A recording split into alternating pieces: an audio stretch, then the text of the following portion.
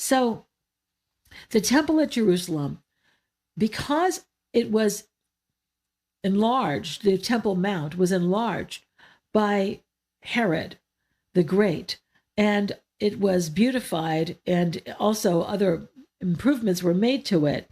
It had become the largest temple complex in the entire world.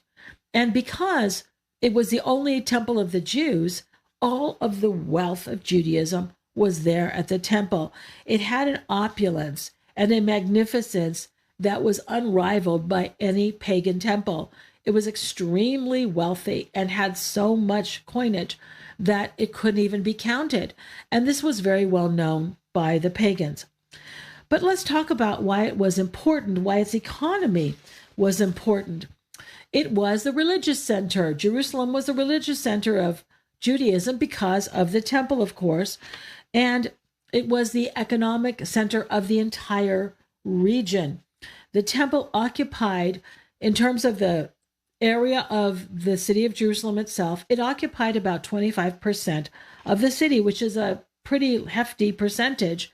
If you think about your own city, if you think about the land, the area in terms of square miles or square meters of your city, if some institution or business occupied 25% of that, that would dominate everything in your city. So nothing can be compared modernly, I think, to the dominance that the temple at Jerusalem held over the city of Jerusalem. The city, because of the presence of the temple, was very prosperous because people had to go there, and Jewish men had to go there at least 3 times a year for these festivals, and other people, not just men, went there, but people liked to go there. And they also went for other reasons, to offer sacrifices for sins, for a childbirth, for first fruits, to complete Nazirite vows and other things. By the way, the pilgrim festivals for which, or at which Jewish men were required to attend, there were some exceptions to that, but mostly they were required to attend, were Passover, Pentecost, and the Feast of Tabernacles. So you can imagine, with this constant stream of people, you have a lot of customers.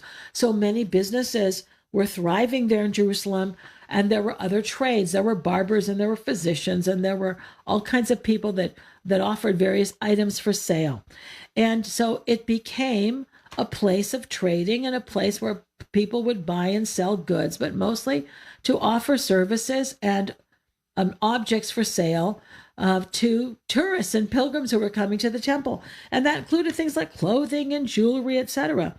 But in addition to that, there were a lot of luxury goods because there were some very, very wealthy people who lived in Jerusalem, namely and especially not only the elders, the Jewish elders, but also the high priest and his family and the chief priests and their family.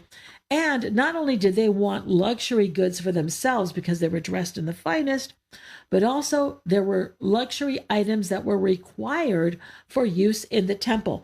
It's the Lord's house. It's the Lord's temple. They weren't going to use inferior products for it. So they would import items from places like India, incense and linen for the vestments of the high priest, and jewels, and very expensive wine and oil and grain, not to mention animals. There was a need for a great number of animals for all of the animal sacrifices that took place there. And so there were certain festivals that required certain types of animals. And sometimes they made incredible sacrifices of large numbers of animals for some special occasion if the person was wealthy. But for the ordinary people, one of the reasons, you see, they didn't just go to Jerusalem and said, yeah, we're going to go there and show up for church like we do and then go home. No, they went there, and they went there for a number of days for these festivals. And part of the celebration, because all of these were celebrations, not everything. Yom Kippur was the Day of Atonement, but that was a day of repentance, and there was a New Year's. But the pilgrim festivals, Passover, tabernacles, and booths were all celebratory. And as I said, Jewish men were expected to be there if they possibly could. Women would go, and they like to go. Why? Because it's a celebration, and that's 3 times a year. And you know what? Life was hard. There was a lot of drudgery. So the idea of going to Jerusalem for a week, it was like how they had a vacation. People didn't go on vacations. That was their vacation. They would walk to Jerusalem, and they would stay there for several days, and they would enjoy the festivities. And even poor people would try to buy things that would help them make the celebration better. And that was actually required by the law. It was called the second tithe. In other words, you gave your regular tithe to the Lord, but you also were required to purchase items to make the feast more festive. And those were things that were often, for many people, kind of luxury items like meat or fish or spices or wine or perfume, or you might buy clothing or sandals or jewelry. You were actually required to make those purchases in Jerusalem as part of what they called the second tithe. And that had grown up as a requirement of the Jewish law. And so this, you can imagine, if you knew that you had to go someplace and you had to spend money there, then what would happen? All kinds of businesses would pop up there to make those items available so that they could profit from all the pilgrims coming to town. So as I mentioned, this place, the city of Jerusalem, was very wealthy, and also the temple especially, because of the coinage, because of the temple tax that had to be paid, because of all of the gold utensils that were there, about 1,000 different bowls and other kinds of utensils that were used in the worship of, as I say 1,000, I think it was like 100, that was more than that, gold bowls and silver bowls. Everything that was used for worship was made usually of pure gold. And this was a place of tremendous opulence where gold was used as decoration inside the temple. We'll talk about that. So as I mentioned, the Roman writers talked about the immense wealth at the temple. There was so much wealth at the temple that during the Maccabees period, and this was more than 200 years before the time of Christ, or about 200 years before the time of Christ, they stopped counting the money in the temple treasury 200 years before, because they just couldn't count it. They couldn't keep track of it. There was too much. But they didn't tell the people to stop giving, that's for sure, right? So when we hear a gospel story of Christ going to the temple, cleansing the temple, which we're going to talk about next week, or being taken to the temple like by his mother Mary and Joseph, then we imagine something like a church. But the temple was really nothing like a church, especially the church being sort of a single building or even a complex of buildings. It was very complicated as an institution and as a structure. It was not a single building, but many two open courtyards and a lot of storage rooms and other kinds of rooms that were used for the maintenance of the temple and its cult. And also it had meeting rooms and a treasury and archives and all kinds of other things. Around the actual, we would say, temple courts, not the court of the Gentiles, but the temple courts, there was, in other words, the sacred space, there was a low wall. And it has been called by St. Paul the wall of separation. And that separated the Jews from the Gentiles. And when he talks about that in the book of Ephesians, he says that Christ has removed the wall of separation. There's nothing separating the Jews and the Gentiles in the church because Christ has removed that. So what does he mean that? That was a barrier between the clean and the unclean. Gentiles were unclean and the Jews were clean. In order to go worship in the temple, you had to be ritually clean. So if you're a woman and you were having your period, you could not go. But, or if it was a certain amount of time after childbirth or other things that might render you unclean, also men could be unclean for various reasons. You were not supposed to go to the temple. So there was this low wall that surrounded the temple buildings, the courts of the temple themselves. And it was maybe a little bit around 4 or 5 feet high. People think about 5 feet high. And it was called the soreg. And it was punctuated with openings every so many, every so far of a distance. There was an opening that you could pass through. So you didn't have to go all the way around to just find one opening, because we're talking about a big area here.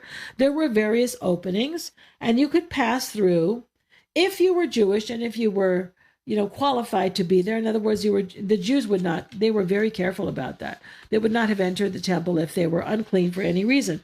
So, assuming the people who would not go through, there would be Samaritans and Gentiles.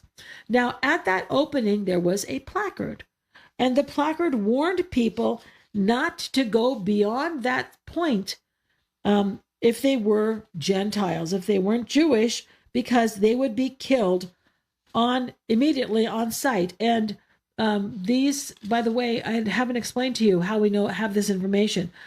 A lot of this information about the temple comes to us from a first century Jewish historian, Flavius Josephus, who was a priest at the temple, and he wrote about the Jewish people in the first century and gave some of their history. He described the Jewish war and what happened and what took place there and how the temple was destroyed. And he's a source of a lot of important information.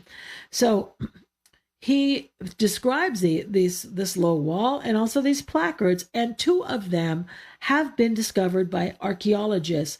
And they read, there were placards in Latin and in Greek, and 2 of them have been found. And this is what it said: "No foreigner is to go beyond the balustrade," that's the low wall, "and the plaza of the temple zone. Whoever is caught doing so will have himself to blame for his death, which will follow." So they were very, very serious about Gentiles not defiling the temple. And this is the one exception that the Jews had to the death penalty, to the fact that they were not allowed to administer the death penalty when they were under Roman rule. If a Gentile crossed beyond that barrier, the soreg, the low wall of separation, they would be killed on the spot, and they were allowed to kill somebody. That was the only exception. I don't know if that ever actually happened. I guess people read the signs and knew better than to cross into that space. Now, through there, you would enter into the holy place. And what would you find there? A huge menorah made entirely of solid gold, a table of showbread made entirely of gold, and that's where they would put bread, and they would change it once a week. That's where they would put the bread. And an altar of incense, also entirely of gold. And then there was a curtain that separated the holy place from the most holy place, or the Holy of Holies. And that's where the high priest would enter once a year to offer atonement for the sins of the people, just once a year. And it was separated by this massive temple curtain, or the veil of the temple. We'll be talking more about that when we get to the tearing of the veil of the temple. So I'm not going to talk about that too much, except to tell you that there was some controversy about how many temple curtains there were. There were originally supposed to be 2. Josephus describes only 1. You entered into the sanctuary, and there you have the altar, etc. That's where John the Baptist's father, Zechariah, was when he was met by the angel Gabriel, who told him that his prayers had been answered. He was going to have a son, and he would name him John. That was John the Forerunner. So there's a sacred space in there that priests could enter and would enter daily to burn incense before the Lord. And that decision was made by lot. That's what Luke describes, that the lot fell on Zechariah to go there. And so that's where you have this golden menorah, you have the temple of showbread, you have the temple of incense, and that's where he went to burn the incense, and the angel Gabriel spoke to him there. So there was a curtain then beyond that, which only the high priest would go once a year on Yom Kippur to offer a sacrifice for the sins of the people and to sprinkle the blood there. That's where the Ark of the Covenant would have been, but it was lost at the destruction of the Solomon's temple by the Babylonians in 586. And the Ethiopians say that they have it, the Ark of the Covenant, but nobody's seen it. So that remains kind of a fascinating claim. At any rate, let's just talk about what happened to the temple so I can let you go for the evening. Romans came because the Jews had revolted against the Romans. You should understand, it's not that the Jews that the Romans said, let's go persecute the Jews. They didn't want to start a fight because they just want to maintain their empire. But the Jews revolted against the Romans. This was not a religious war. The Romans were not persecuting the Jews. The Jews had rebelled. They rebelled because they wanted their homeland back. They wanted to run their own affairs. They didn't want to be under Roman rule. So they rebelled against Rome. And so Rome fought them. This was a political war as far as Rome was concerned. Obviously, there were religious motives for the Jews when they rebelled against Rome. But this was really a political war. But they came to Jerusalem and they besieged the city. They surrounded it and they tried to starve the people out. Jerusalem was besieged for 3 years. It was absolutely horrific. But finally, it was besieged because the Romans had difficulty getting into the city because it's a walled city with very thick, strong walls, and it's surrounded by these valleys. So not only do you have this valley below, you have the wall starting at the level of the city, but then the wall goes above that. So it was very difficult for the Romans to conquer the city. When they finally broke into the city, all the people who managed to survive till then ran to the Temple Mount because they really believed that God would not allow the temple to be destroyed. And they barricaded themselves inside the Temple Mount. But of course, the Romans got in there. And it was said that by accident, a fire started. Nobody knows exactly who. Somebody threw a flaming arrow and caught a curtain on fire in the temple, on the Temple Mount, and the whole thing burnt. And nothing was left. But because of the immense wealth there, all of the gold utensils that were used, hundreds of gold utensils, and the gold decoration inside the holy place, and inside the court of the priests, and all these other, and all the money in the temple treasury, it caught fire, and the gold melted because when the Lord said that when the disciples said to him, Lord, look how beautiful the temple is. He said, I tell you, not one stone will be left upon another. He was right. And even though we have some remnants of temples or even parts of temples where there are a couple of columns standing, like in Temple of Poseidon at Cape Sunion, or in Olympia, there's a couple of columns, or Delphi, Greece, or in Athens, a Parthenon, what's left of it, you have some things left. Why was nothing left of the temple? Because the Lord predicted it. Because when the gold melted, it went between the cracks of the stones. And after the war was over, people went and they scavenged the site. And there was so much gold that was recovered from that site that the value of gold dropped by half in the Mediterranean area because of that, or at least the Eastern Mediterranean area.